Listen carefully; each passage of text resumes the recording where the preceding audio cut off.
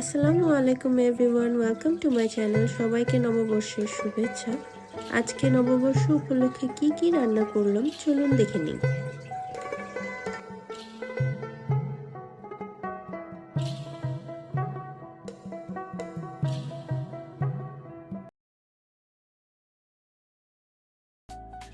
প্রথমেই আমরা 5টি বড় বড় লাল পেঁয়াজ নিয়েছি।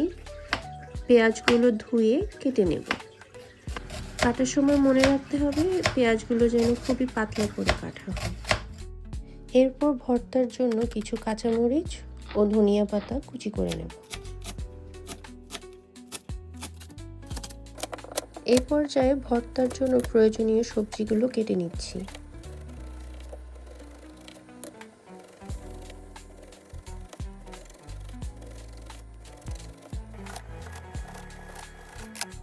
এ পর্যায়ে চুলায় 4টি প্যান বসিয়ে নিলাম।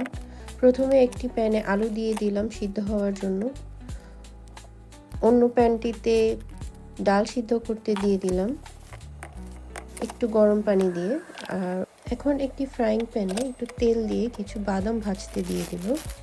এখন চুলায় আরেকটি পাত্র বসিয়ে নিচ্ছি, সেখানে টমেটোগুলো দিয়ে দিব এবং টমেটোর উপর কিছু তেল দিয়ে দিব যাতে টমেটোগুলো ভাজা ভাজা ও সিদ্ধ হয়। এই পর্যায়ে ভর্তার জন্য কিছু শুকনো মরিচ ঢেলে নিচ্ছি।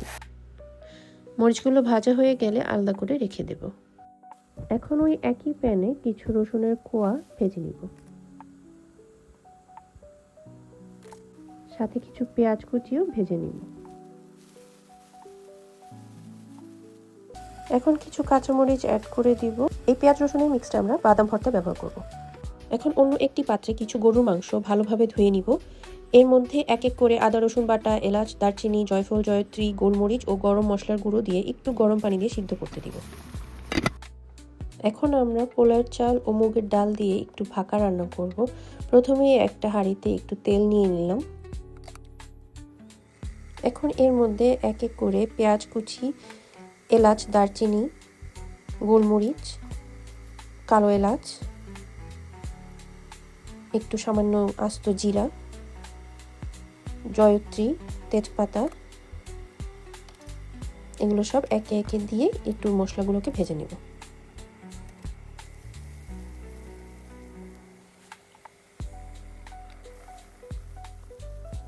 এর মধ্যে কিছু লবণ দিয়ে দিব। ভাজাটা সম্পূর্ণ হলে এর মধ্যে কিছু কাঁচামরিচ দিয়ে দিব। এরপর দিয়ে দিব আদা বাটা ও রসুন বাটা।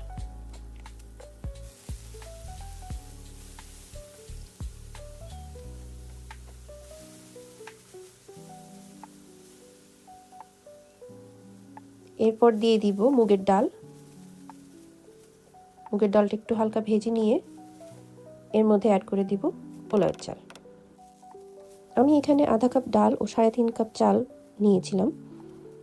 এই চাল ও ডালের মিশ্রণটাকে ভালোভাবে ভেজে এর মধ্যে প্রায় দ্বিগুণ পরিমাণ পানি দিয়ে নিতে হবে। পানি দেওয়ার পর চুলার আঁচ হাই হিটে রেখে চাল ও ডালটাকে ভালো করে সিদ্ধ করে নিতে হবে। এরপরে চুলার আঁচ একদম কমিয়ে একদম লো হিটে করে আমরা এটাকে দমে দিয়ে দিব। 10 মিনিট দমে রাখার পর চালগুলো একদম ঝরঝরে হয়ে গিয়েছে। এখন আমরা তেলে রাখা শুকনো মরিচগুলো পেঁয়াজের সাথে মিশিয়ে নেব আলু ভর্তা করার জন্য। এক্ষেত্রে আমরা সরিষার তেলটা ইউজ করব। সাথে ইউজ করছি কাঁচামরিচ ও ধনিয়া পাতা। দিয়ে নিচ্ছি স্বাদ মতো লবণ।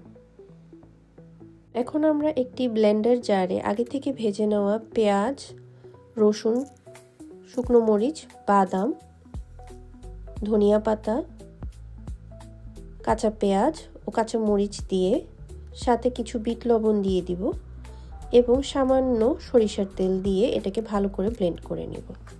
ব্যাস তৈরি হয়ে গেল আমাদের বাদামের ভর্তা।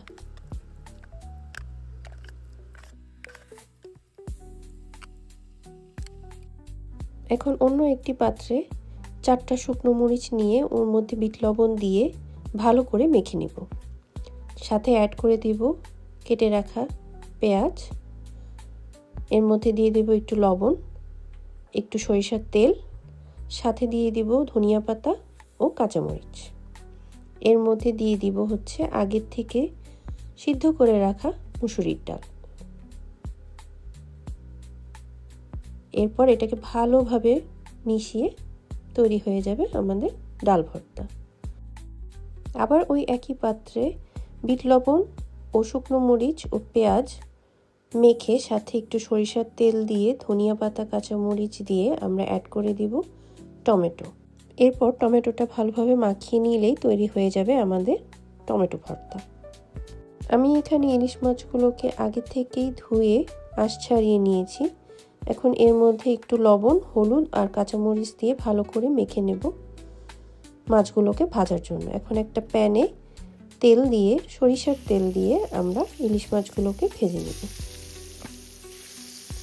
ভাজার সময় হিটটা একটু কমে রাখবো যাতে আস্তে আস্তে মাছগুলো ভাজা হয় এবং মাছগুলো করকরা হয়।